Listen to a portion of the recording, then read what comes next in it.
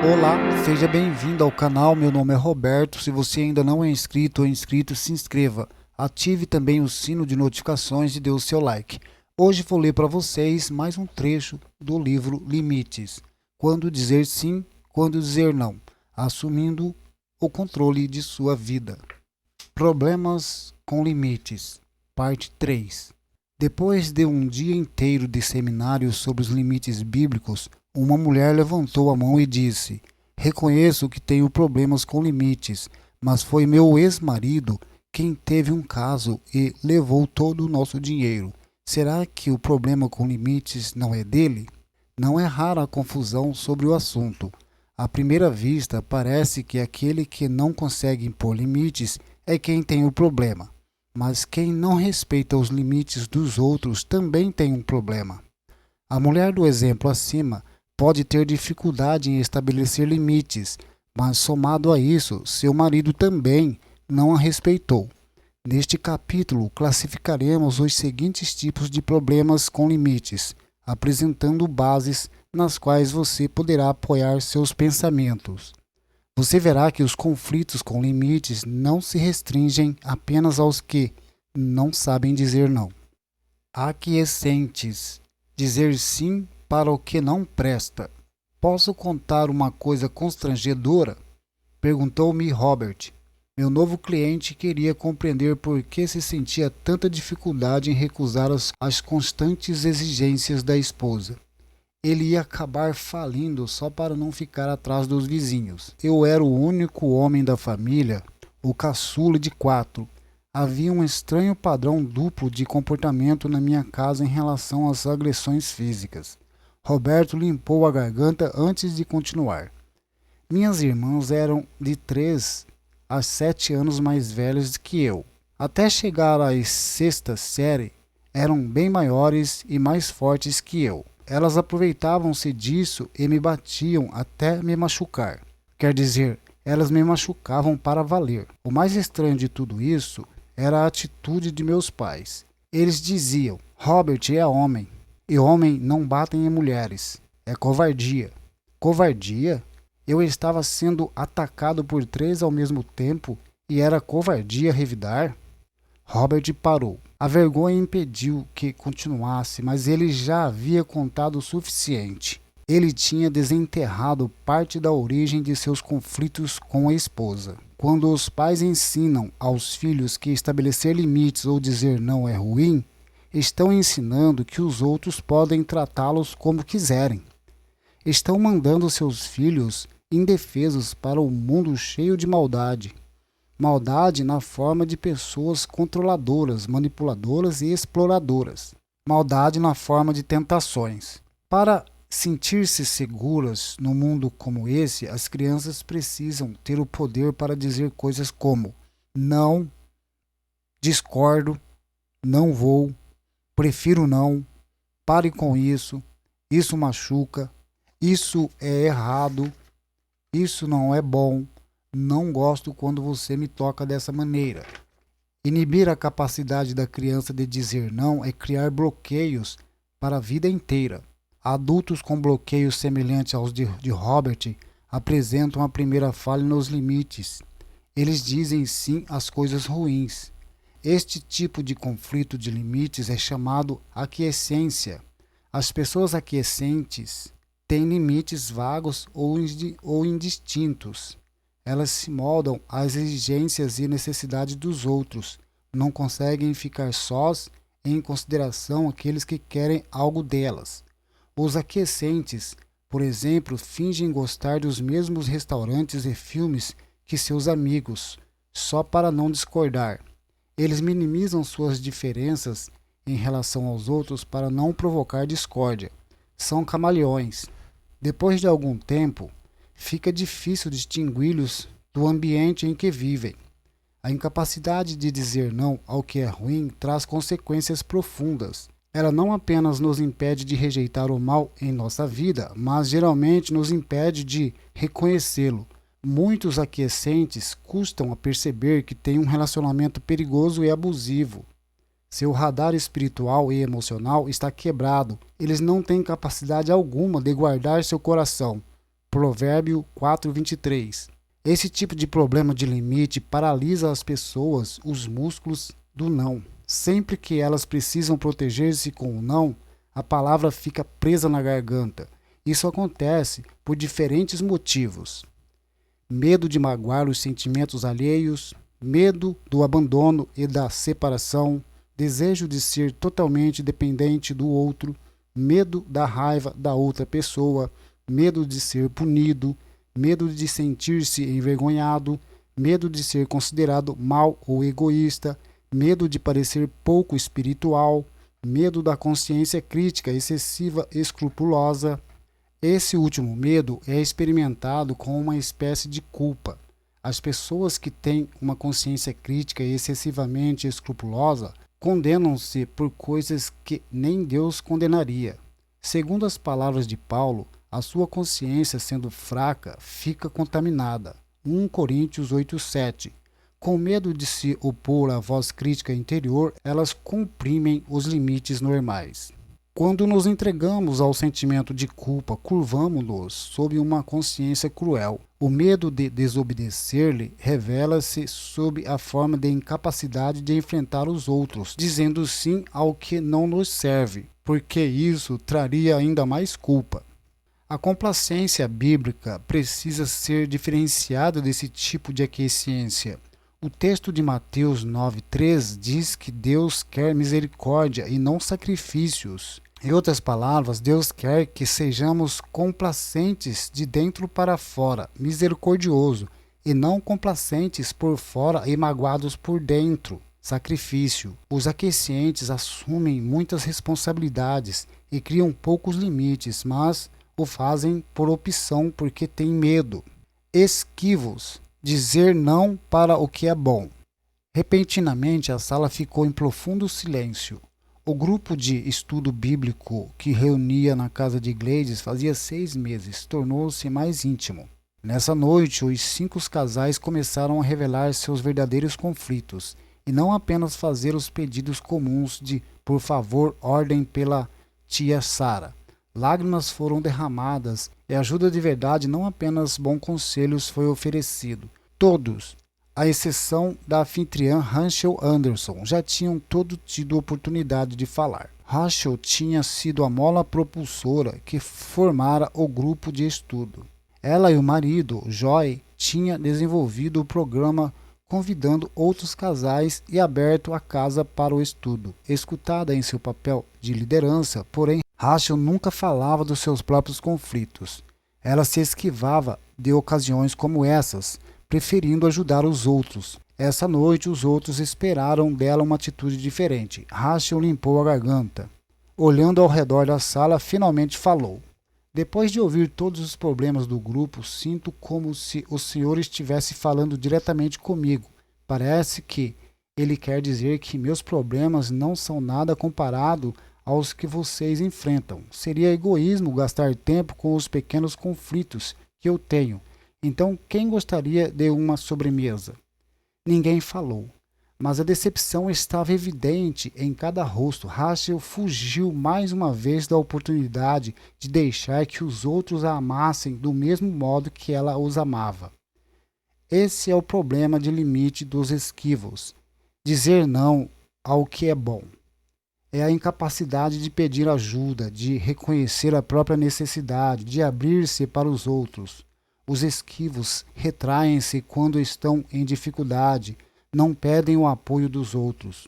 Por que isso é um problema de limites? No centro do conflito há uma muralha impermeável. Os limites dividem. Os limites devem poder, respirar, ser como cercas, com um portão que permite que o bem entre e o mal saia. As pessoas que constroem muralhas em seus limites não conseguem fazer isso. Ninguém consegue atingi-las. Deus criou nossos limites com portões. Temos liberdade de aproveitar os bons relacionamentos e evitar os destrutivos. Ele até nos deu a livre escolha de deixá-lo entrar ou mantê-lo do lado de fora.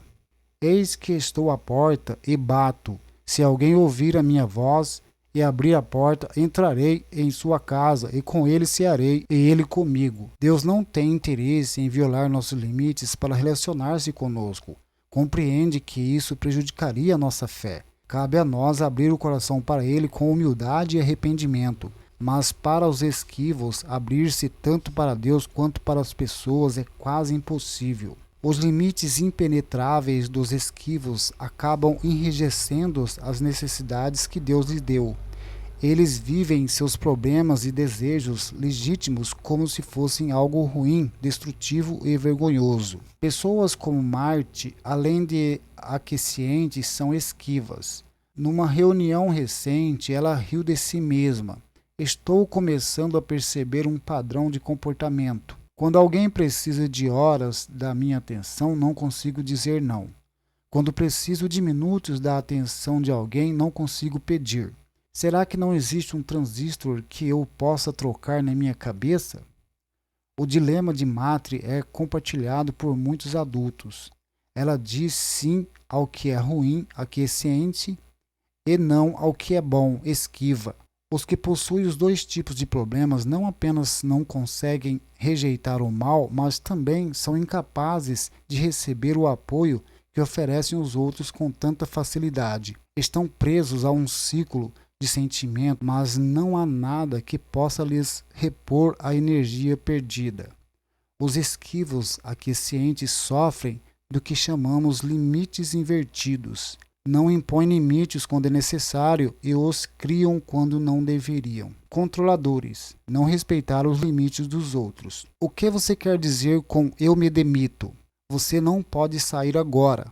Steve olhou para cima da mesa para seu assistente administrativo. Flunk trabalhava para ele havia vários anos e finalmente ficou farto. Tinha dado tudo de si em sua função, mas Steve não sabia reconhecer. Reiteradas vezes insistia que Flunk ficasse além do seu horário no escritório por causa de projetos importantes, sem pagar hora extra. Frank já tinha até adiado a data de suas férias 2 vezes, por insistência dele.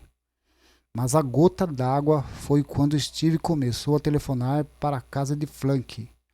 Um telefonema esporádico era compreensível, mas quase todos os dias, na hora do jantar, a família tinha de esperar enquanto Flunk resolvia assuntos profissionais com o chefe. Flunk tentou muitas vezes conversar com Steve sobre essa invasão de horários. Entretanto, ele nunca compreendeu realmente o quanto Flunk estava desgastado. Afinal, ele precisara de Flunk. Flunk fazia com que ele se sentisse uma pessoa bem-sucedida. Era tão fácil fazê-lo trabalhar mais. Steve tinha dificuldade para ouvir e aceitar os limites dos outros. Para ele, não é simplesmente um desafio mudar a ideia alheia. Esse problema de limites é chamado controle. Os controladores não conseguem respeitar os limites das outras pessoas, resistem em assumir a responsabilidade pela própria vida, por isso precisam controlar a vida dos outros. Os controladores acreditam na velha brincadeira do treinamento de vendedores. Não significa talvez e talvez significa sim. Embora isso seja construtivo para aprender a vender um produto, pode ser a destruição total quando se trata de relacionamentos. Os controladores são vistos como tirânicos, manipuladores e agressivos. O principal problema dos que não aceitam o não, diferentemente de não conseguir dizer não, é que eles costumam projetar a responsabilidade de sua vida nos outros. Usam vários meios de controle para motivar os outros a carregar o peso que Deus conferiu exclusivamente a eles. Lembra-se do exemplo da rocha e da mochila do capítulo 2? Os controladores procuram alguém que, além de levar a mochila responsabilidades individuais para eles, carregue também a sua rocha, crises e cargas enormes. Se Steve carregasse o peso do próprio trabalho nos ombros, Flunk não se importaria de fazer algumas horas extras de vez em quando. Mas a pressão de compensar a irresponsabilidade de Steve fez com que um profissional talentoso procurasse trabalho em outro lugar. Há 2 tipos de controladores. Primeiro, controladores agressivos. Esse tipo, evidentemente, não se importa com os limites dos outros. Avança na cerca alheia como um tanque de guerra. Às vezes são agressivos com palavras, outras vezes fisicamente, mas na maior parte do tempo simplesmente nem se dão conta de que os outros têm limites. É como se vivessem num mundo em que só existisse o sim. Não há lugar para a negativa do outro. Procuram fazer com que os outros mudem e que o mundo se encaixe na sua concepção de vida. Desconsideram o próprio dever de aceitar os outros como eles são. Pedro é um exemplo de controlador agressivo. Jesus contava aos seus discípulos sobre o sofrimento que estava por vir, sua morte e ressurreição. Pedro chamou Jesus de lado e começou a chamar-lhe a atenção. Mas Jesus respondeu a Pedro dizendo: "Para trás de mim, Satanás, não apenas nas coisas de Deus, mas sim nas dos homens." Marcos 8:33. Pedro não queria aceitar os limites do Senhor. Jesus imediatamente enfrentou a violação de seus limites por Pedro. 2. Controladores e manipuladores, menos fracos que os agressivos.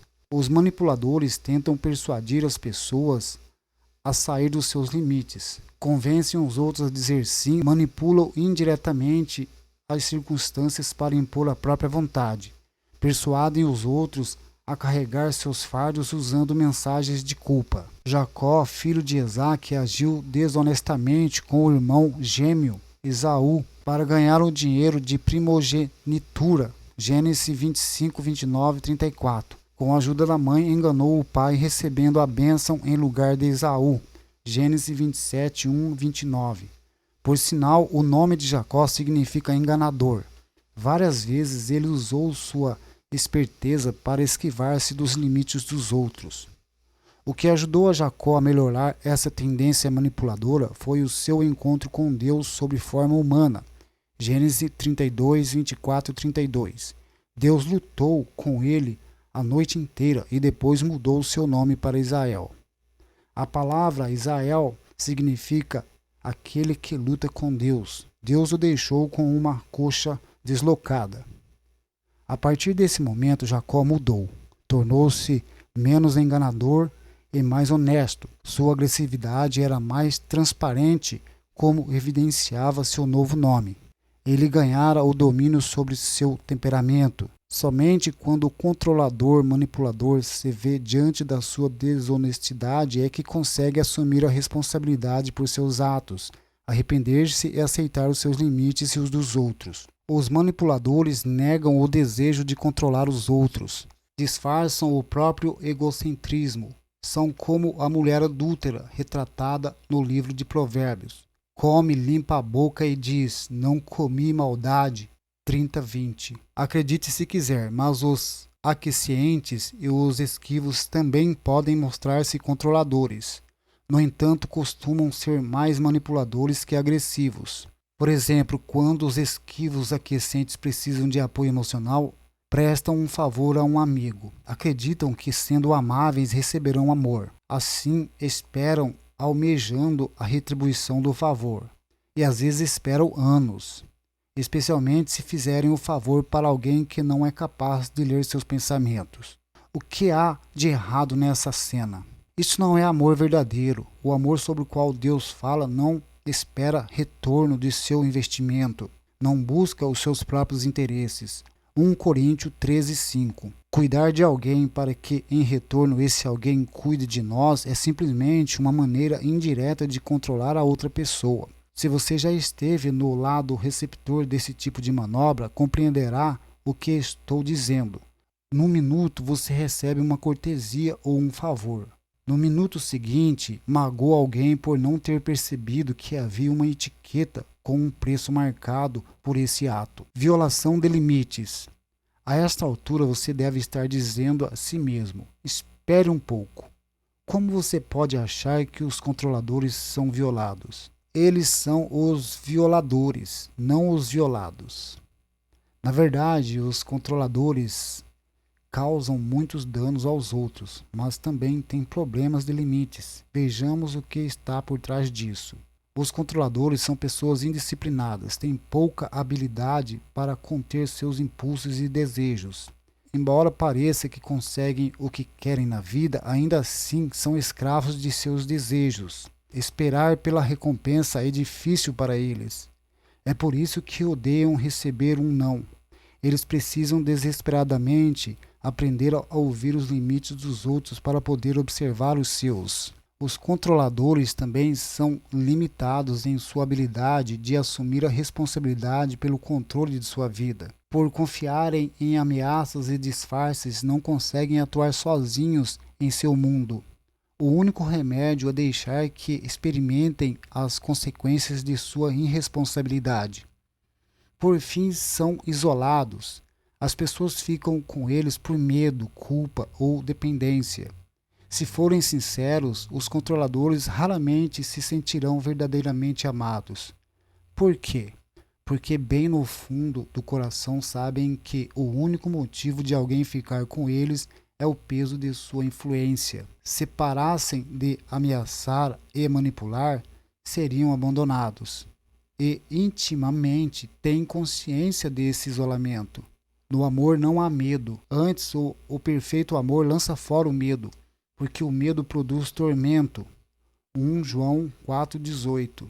Não podemos aterrorizar os outros ou fazer com que se sintam culpados e ainda assim querer que nos amem. Insensíveis. Não dar ouvidos às necessidades alheias. A mão de Brenda tremia quando falava. Normalmente sou bastante indiferente com Mike, mas acho que os problemas com as crianças e a tensão do trabalho nas últimas 2 semanas me deixaram bastante vulnerável. Desta vez, sua reação não me deixou nervosa, apenas magoada, mas doeu bastante. Brenda estava relatando um conflito conjugal recente. Achava que, de modo geral, seu casamento com Mike ia bem. Ele era bom marido, cristão ativo e pai competente, mas o relacionamento não dava espaço para suas mágoas ou necessidades. O incidente que Brenda narrava começou de uma forma bem sutil. Ela e Mike conversaram no quarto depois de colocar as crianças na cama. Brenda começou a falar de seus temores quanto à criação dos filhos e de seu sentimento de incompetência no trabalho. Inesperadamente, Mike voltou-se para ela e disse: "Se você não gosta do que está sentindo, não sinta. A vida é dura, então aprenda a não lidar com ela, Brenda." Ela ficou arrasada, pensou que devia ter contado com uma resposta como essa. Já não era nada difícil demonstrar suas carências, especialmente com a frieza de Mike. Era como se ele estivesse estraçalhado seus sentimentos. Era como se não compreendesse nada do que ela sentia e não quisesse compreender. Como isso pode ser um problema de limites? Não é apenas insensibilidade? Até certo ponto. Mas não é assim tão simples. Lembre-se de que os limites são uma forma de delinear o âmbito de nossa responsabilidade, aquilo que somos e o que não somos responsáveis.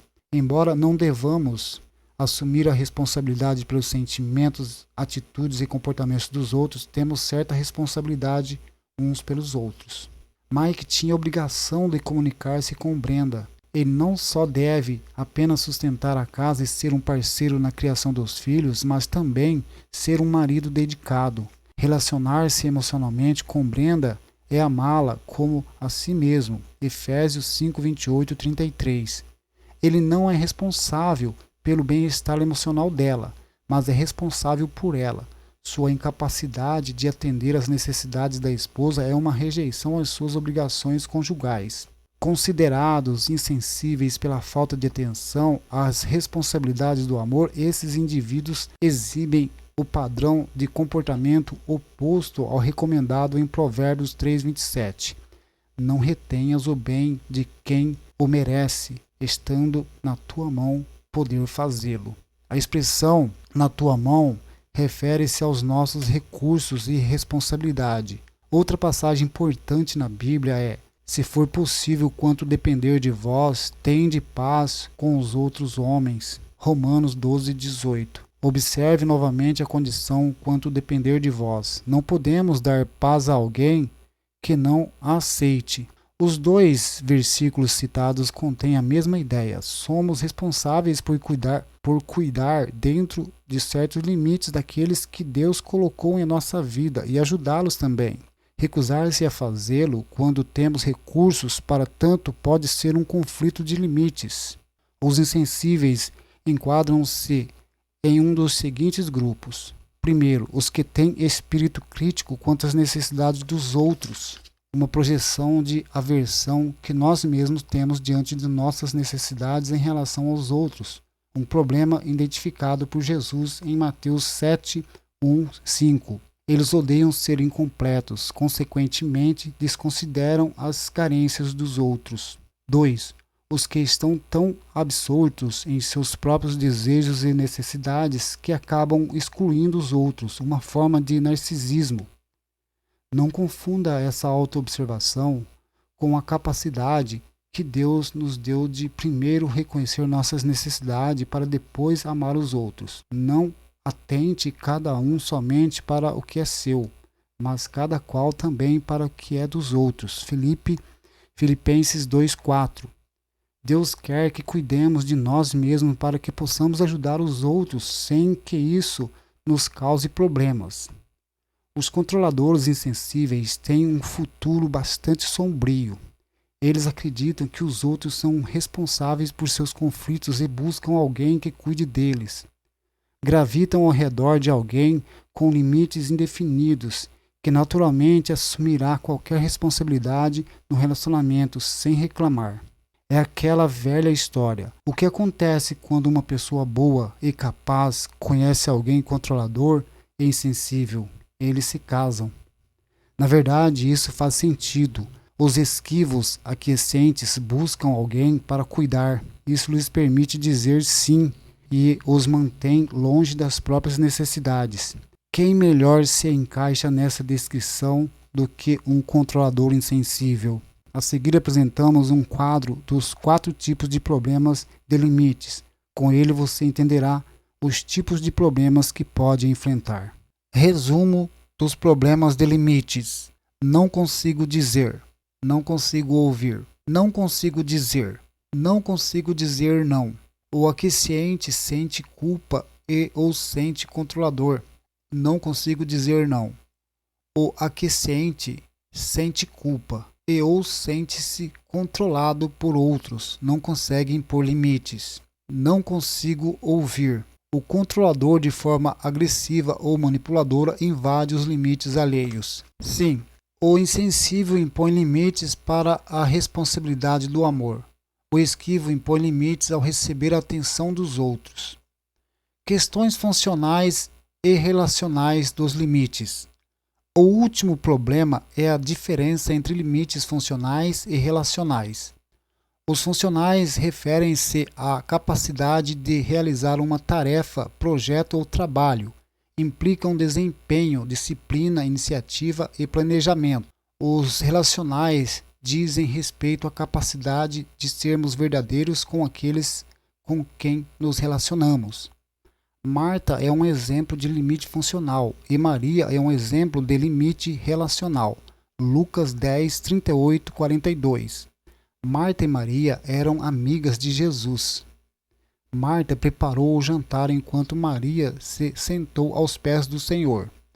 Quando Marta reclamou que Maria não a ajudava, Jesus disse: Maria escolheu a boa parte. Ele não quis dizer que a ocupação de Marta era ruim. Era apenas a coisa errada na hora errada. Muitas pessoas têm bons limites funcionais, mas são fracas nos relacionais. Isto é, executam tarefas com alto nível de competência, mas não conseguem dizer a um amigo que não gostam que ele se atrase. O inverso também é verdadeiro. Algumas pessoas são completamente abertas com os outros em suas queixas e gostos, mas são incapazes de levantar-se de manhã para trabalhar. Examinamos vários tipos de limites, mas como eles são criados? Por que algumas pessoas parecem ter limites naturais enquanto outras não têm nenhum limite sequer? Como acontece com muitas coisas, isso está intimamente relacionado à família e ao modo pelo qual fomos criados.